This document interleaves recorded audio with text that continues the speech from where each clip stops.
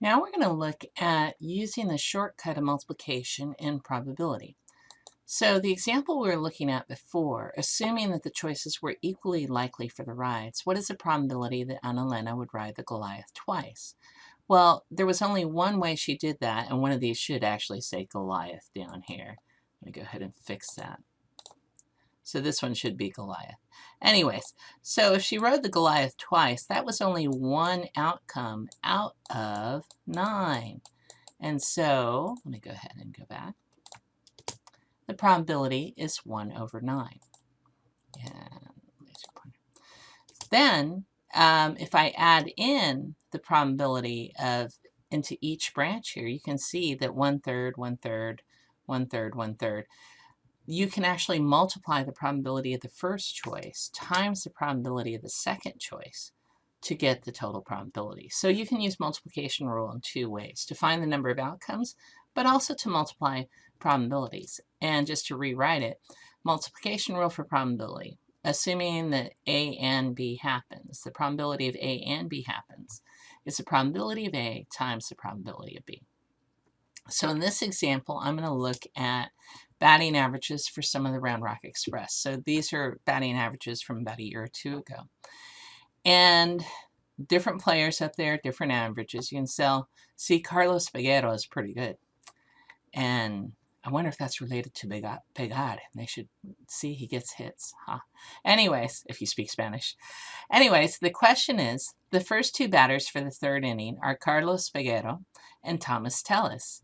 Calculate the probability that Carlos gets a hit and Thomas does not. By the way, these are their real names.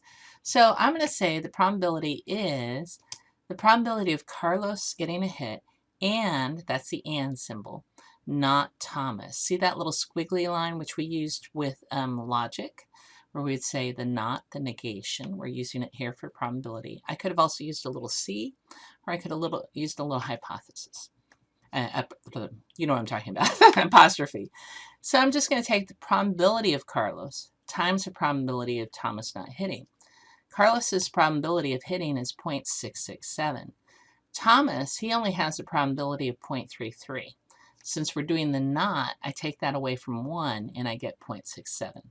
Multiply both of those on the calculator and I get 0.44689. This next example, we're going to look at the probability of rolling a number greater than 4 on a 6-sided die and drawing a jack from a deck of cards. So it helps to know that dice have 6 faces, and it's 1, 2, 3, 4, 5, 6. So the probability, what numbers are greater than 4? Just 5 and 6. And then there are only 4 jacks in a deck of 52 cards. So I'm going to have 2 numbers out of 6 and 4 out of 52. That's what I'm going to multiply.